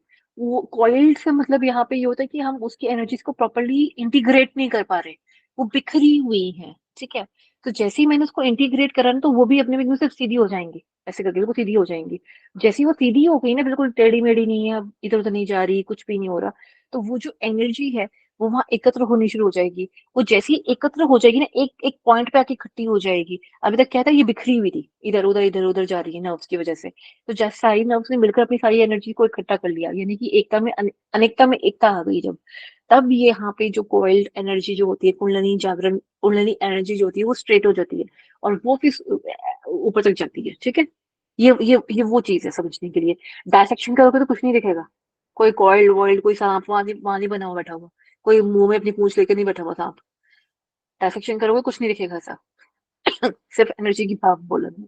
तो एनर्जी कॉइल्ड, हम ये बोलते हैं जो कुंडलिनी जो बैठी है, तो कुंड मार के क्यों बैठी है, कुंड होता है ना कुंडलिनी, कुंड मार के क्यों बैठी हुई है, उसका बैठने का मतलब ही यही है, इतनी सारी जो नर्व्स नीचे से निकल रही हैं ये वाली, ये जो है इतनी बिखरी हुई है इस जगह पे, कि इसकी जो एक्चुअल क्षमता है वो ये यूज नहीं कर रहे हैं, वो सिर्फ चलने फिरने की या नॉर्मल एक्टिविटीज के लिए यूज कर रहे हैं। पर जितना हम इसको यूज कर सकते हैं, वो उसको यूज हो नहीं रहा है, ठीक है। तो इसलिए कहते हैं इसको इकट्ठा करो, ठीक है। इसके अंदर थोड़ा सा ना फिजिक्स का कॉन्सेप्ट भी लगता है हमारा, तो वो मैं भी करवा नहीं पाऊंगी। करवा इसलिए नहीं पाऊंगी क्योंकि फिर कॉन्सेप्ट है वो काफी लंबा हो जाएगा। ठीक है, मैं आपके सिर्फ दो दो या 3 मिनट लूंगी और, ठीक है। वेंट्रिकल्स ऑफ द ब्रेन जो होता है खाली जगह समझ लीजिए कैसे, कैविटीज होती है ये। तो वेंट्रिकल्स जो होते हैं इरेगुलर शेप की कैविटीज होती है, मतलब कि प्रॉपर शेप नहीं है इनकी, इरेगुलर है। और ये कैविटीज है मतलब गड्ढे हैं एक तरह के, that produce cerebro spinal fluid. उनका काम क्या होता है, सेरिब्रो स्पाइनल फ्लूइड का बनाना and transport it around to the cranial cavity. Cranial cavity के आसपास पूरा का पूरा अच्छे से करना, कहा जो स्कल के आसपास वाला जो एरिया था वहां वाली जगह पे इसको इसको सपोर्ट करो, सॉरी इसको वहां पे ट्रांसपोर्ट करना, घुमाना उसको। तो वहां जब ये घूम रही होंगी तो क्या होगा, वही एरेक्नॉइड जो स्पेस होता है ना, जो मेनिंजाइटिस में जो उनको न्यूट्रिशन मिल रहा है या उनकी उनमें से जो टॉक्सिन्स निकल रहे हैं वो ये ले जाने का लाने का सारा काम ये करते हैं। ठीक है, जो लाइसोसोम करते थे ना, ये वो वाला काम कर रहे होते हैं। ठीक है, टॉक्सिन्स के केस में। ठीक है, left and right and left lateral ventricles, यानी कि पीछे वाले भाग के जो वेंट्रिकल्स हैं, लेफ्ट और राइट के पीछे वाले भाग के जो वेंट्रिकल्स हैं, बिलो कॉर्पस कैलोसम, जो बीच में जो जोड़ था, इन दोनों के बीच में जो जोड़ था ये वाला। ठीक है, राइट और लेफ्ट, ये राइट है ये लेफ्ट है, ये कॉर्पस कैलोसम है। इन दोनों के बीच का जो ये वाला भाग है, इनके नीचे जो है, पीछे की तरफ नीचे जो आता है यहाँ पे, मतलब कि जो नीचे के भाग का जो एरिया आता है यहाँ पे पीछे की तरफ, वेंट्रिकल्स वहां पे पाए जाते हैं। ठीक है, थर्ड वेंट्रिकल जो होता है cavity below the lateral ventricle, जो पीछे वाला भाग था उसी के थर्ड वेंट्रिकल उसके जस्ट नीचे होता है। ठीक है, and between the two thalamus, left and right thalamus जो होते हैं ना, उनके नीचे के तकरीबन तकरीबन सेंटर में आ जाता है। नीचे देखोगे तो ये समझ आ जाएगा। ये मैंने बताया पीछे वाला भाग, बताया ना ऑक्सीपिटल वाली जगह पे समझ लीजिए वहां पे आ गया। इसके जस्ट नीचे वाला आ गया थर्ड वेंट्रिकल, ये रहा यहाँ पे। ठीक है, फिर आ गया फोर्थ वेंट्रिकल यहाँ पे, ब्रेन स्टेम से पीछे की तरफ सेरिबेलम के बीच में, फिर सेरिब्रल एक्वेडक्ट। ठीक है, ये जस्ट इन दोनों को कनेक्ट करने वाला जो पार्ट है वो वाला उसको कहा गया है। ठीक है, फोरामेन ऑफ मोनरो, यानी कि फोरामेन मतलब वो गड्ढा जो है सॉरी, जहाँ पे ये चीज को इन वेंट्रिकल्स को रखा गया है या ये वेंट्रिकल्स वहां लाई कर रहे हैं। ठीक है, सिर्फ वेंट्रिकल के नाम याद रखने हैं, इनकी लोकेशन थोड़ी सी याद रखनी है, जो ऊपर दिया ना पॉइंट्स में यहाँ पे, यही याद करना है।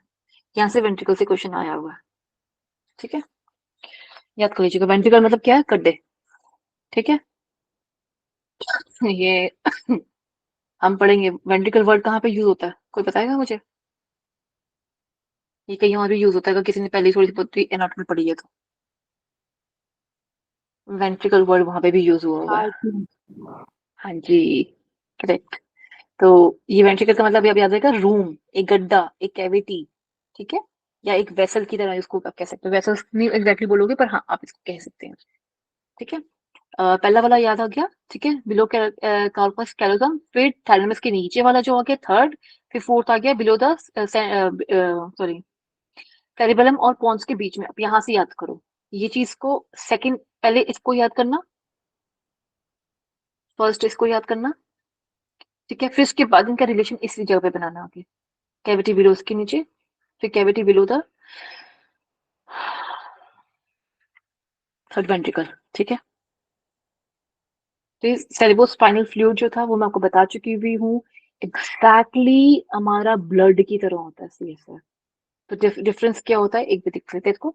It is produced by choroid plexus, नहीं समझना, बस याद कर लो। Located in the lining of the ventricles, ventricle की जो लाइनिंग है ना, क्योंकि हर एक की अपनी एक लाइनिंग होती है, लाइनिंग की होती है, अदरवाइज वो वीएनटीआर वो धीरे धीरे ना डिस्ट्रॉय या डीजनरेट होनी शुरू हो जाएगी।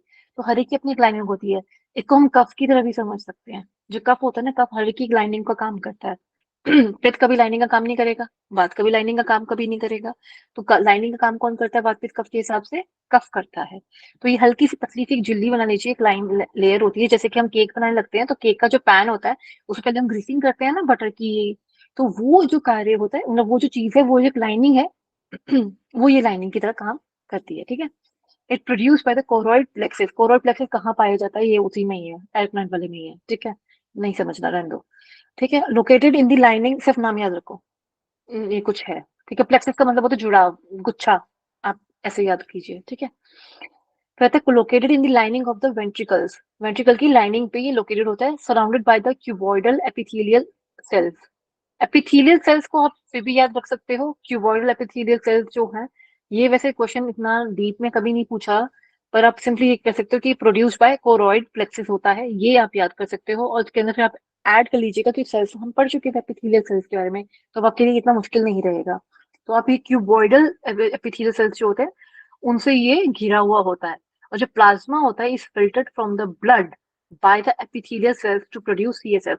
तो यानी कि जैसे मैंने बताया बिल्कुल एग्जैक्टली ब्लड होता है, उसमें से क्या होता है प्लाज्मा निकाल लिया जाता है, और बाकी का जो होता है ब्लड का जो भाग होता है उसको छोड़ दिया जाता है, उसमें सिर्फ प्लाज्मा प्लाज्मा निकाल लेते हैं। ठीक है, जो प्लाज्मा वाला भाग जो होता है ना उसमें से निकाल लिया, तो ये कार्य कौन कर रहा है, ये वो एपिथेलियल सेल कर रहे हैं, निकालने का कार्य। ब्लड आया, ठीक है, एपिथेलियल सेल आए, इसने इसमें से निकाल के प्लाज्मा ले लिया। ठीक है, अब इसको इसमें से हमने सीएसएफ बना ली, इससे हमने सीएसएफ बना लिया। अब याद रहे, और इसकी प्रक्रिया को आप समझ लीजिए, प्रोड्यूस्ड बाय कोरोइड प्लेक्सिस। ठीक है, अभी क्लियर है यहाँ पे? हाँ मैम या इस ना, मतलब प्रोसेस आप को बताइए। प्रोसेस नहीं होता एक्चुअली ये बेटा, ये एक तरह का गुच्छा होता है। कोरोइड प्लेक्सिस जो होता है ना उसको हम गुच्छे की तरह गुच्छे की भांति बोलते हैं इसको। ये गुच्छा होता है एक तरह का, बहुत सारी चीजों का मिलान। गुच्छा तो कैसे बोलूं, पर ये मिलान होता है इन सब चीजों का। आप अपनी भाषा में याद करने के लिए इसको अभी के लिए आप इतना कह सकते हो कि हाँ ये ऐसे है, कोरोइड प्लेक्सिस।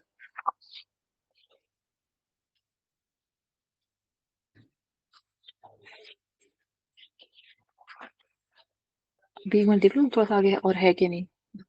बैलम आ जाएगा, बैलम हम फिर कल से कर लेंगे, ठीक है। ये अभी क्लास के लिए भी बहुत देर हो गया, आज हमने आधा घंटा खराब किया है, होना खत्म हो जाता आज ये पूरा का पूरा। ठीक है, कोई नहीं। अभी ये क्या काम करता है, फंक्शन क्या होते हैं इसकी, शॉक एब्जॉर्बर का काम करता है। जब किसी इंसान को मानसिक तौर पे जो शौक लगता है वो वाला शौक होता है, उसको भी ये बर्दाश्त करता है, और एक मारने वाला शौक होता है ना उसको भी बर्दाश्त करता है। ठीक है, दोनों तरीके का।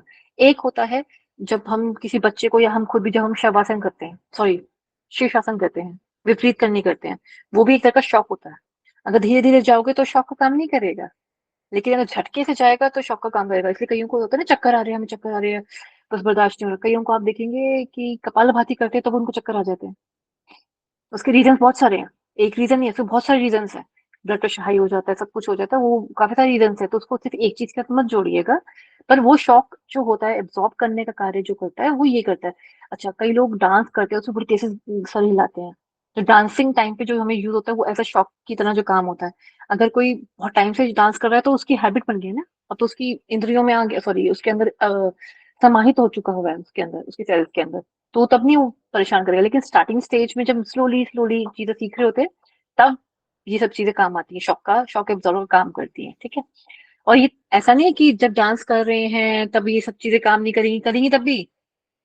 अगर एक डिब्बी के अंदर प्रॉपर लाइनिंग नहीं है, प्रॉपर फ्लूइड नहीं है, तो वो डिब्बी के अंदर कुछ भी अगर सामान रखेगा तो खड़केगा, खड़ खड़ करेगा ना, जैसे कि डिब्बी में अपने कुछ पतासे रख दिए मान लीजिए, तो वो खड़केंगे। लेकिन अगर मैंने उसके अंदर वाटर रख दिया हुआ है तो खड़कने की आवाज आएगी नहीं। लेकिन अगर बहुत ज्यादा रैपिडली बस को यूं यूं घुमाती रहूंगी तो कुछ तो वियर एंड टियर होगा ना उसका। तो बहुत ज्यादा हमें नहीं करना चाहिए, उसका वियर एंड टियर बहुत ज्यादा होना शुरू हो जाता है। वियर एंड टियर से मतलब उसकी चीजें टूटनी फूटनी शुरू हो जाती हैं। ठीक है, तो मेंटेनिंग यूनिफॉर्म प्रेशर से मतलब क्या है, जो सीएसएफ का अपना एक प्रेशर है, जैसे ब्लड का अपना एक प्रेशर होता है, ऐसे इसका भी अपना एक प्रेशर होता है। उसको मेंटेन करता है, एक्सचेंज करता है न्यूट्रिएंट्स को और वेस्ट को, जो सीएसएफ का अपना प्रेशर है, ताकि जो प्रेशर है बहुत ज्यादा भी ना हो बहुत तेज ना हो। अदरवाइज मैनेजेस को बहुत परेशानी हो जाएगी, जो मैनेजेस के अंदर जो फ्लूइड है, जो मैनेजेस है वो फूलनी और कम होनी शुरू हो जाएंगी। ब्लड में तो चलो वेसल्स हैं, वो कहीं ना कहीं बहुत चीजें बर्दाश्त कर जाती हैं, लेकिन ब्रेन में ऐसा कुछ नहीं है। ठीक है, ब्रेन में ऐसा कुछ नहीं है, तो वहां दिक्कत आती है। ठीक है, तो वहां ये इस प्रेशर को बचा के रखता है, मेंटेन करके रखता है। ये प्रेशर की वजह से भी ना हेडेक होता है, इस प्रेशर की वजह से भी हेडेक होता है। एक्सचेंज करता है किसको, न्यूट्रिएंट्स को, जो भी हमें ले जाना है, सॉरी हमें जो देना है वो वाला कार्य करेगा सीएसएफ। और जो वेस्ट है, जो ब्रेन से निकल के आ रहा है वेस्ट, जो टॉक्सिन्स निकल के आ रहे हैं, ब्रेन के पास कौन सा टॉक्सिन है, वो कौन सा श्वास ले रहा है या खाना खा रहा है, उसके पास कौन सा वेस्ट आ गया, ना तो वो पसीना निकाल रहा है, तो उसके पास अपना वेस्ट कहाँ से आ गया। जो न्यूट्रिएंट्स उसके पास पहुंचे हैं ना सेल के अंदर, जो ये सेल है मान लीजिए ये सेल था ब्रेन का, ऐसा होता है ना, कुछ कुछ ऐसा ही होता है ना। ठीक है, मैं सिंपल सिंपल बताने की कोशिश कर रही हूँ। यहाँ तो बहुत सारे न्यूट्रिएंट्स उसको मिले हुए हैं ना, तो ये भी तो अपना कुछ कार्य कर रहे होंगे, बहुत सारे कार्य करेंगे अपना, एनर्जी भी ले रहे हैं, सब कुछ कर रहे हैं, बहुत कार्य कर रहे हैं, तो इनके पास भी वेस्ट प्रोडक्ट प्रोड्यूस होते हैं। क्योंकि ये जब बात कर रहे होते हैं तो उसमें मैंने आपको बताया था केमिकल रिलीज करते हैं, न्यूरो ट्रांसमीटर रिलीज करते हैं, यहाँ पे बताया था ना, वेसाइकल्स होते हैं, छोटी छोटी बिंदियां होती हैं, वो फूट जाती हैं, फिर वेसाइकल निकलते हैं, फिर दूसरे न्यूरॉन पे उसके पास उसका मैसेज पहुंच जाता है, उन केमिकल्स के थ्रू पहुंचता है। तो कहीं ना कुछ तो कचरा इकट्ठा होता ही है। तो वो कचरा जो होता है ना, उसको समेटने का, फटाफट सफाई करने का जो कर्मचारी का वो जो काम होता है, ठीक है, वो सारा काम कौन करता है? सीएसएफ करता है। ठीक है, क्लियर? चलिए अभी आज का इतना ही रखते हैं, 45 हो चुके हैं बच्चों, वरना अदरवाइज आपको नेक्स्ट क्लास के लिए भी टाइम नहीं मिलेगा। आप नेक्स्ट क्लास के लिए अभी क्या कीजिए, पानी पीजिए, ओम का उच्चारण कीजिए, और दोबारा बैठ जाओ पढ़ने के लिए। ठीक है, आई नो थोड़ा टफ टाइम है, बट 1 महीने की बात है, फिर आप अपने आप को एडजस्ट कीजिए। जब क्लास का दूसरी क्लास का जो टाइम मिलेगा ना आपको, उसके बीच में अगर आपको टाइम मिलता है तो ट्राई टू डू द योग निद्रा, बीच में योग निद्रा करते रहें आप।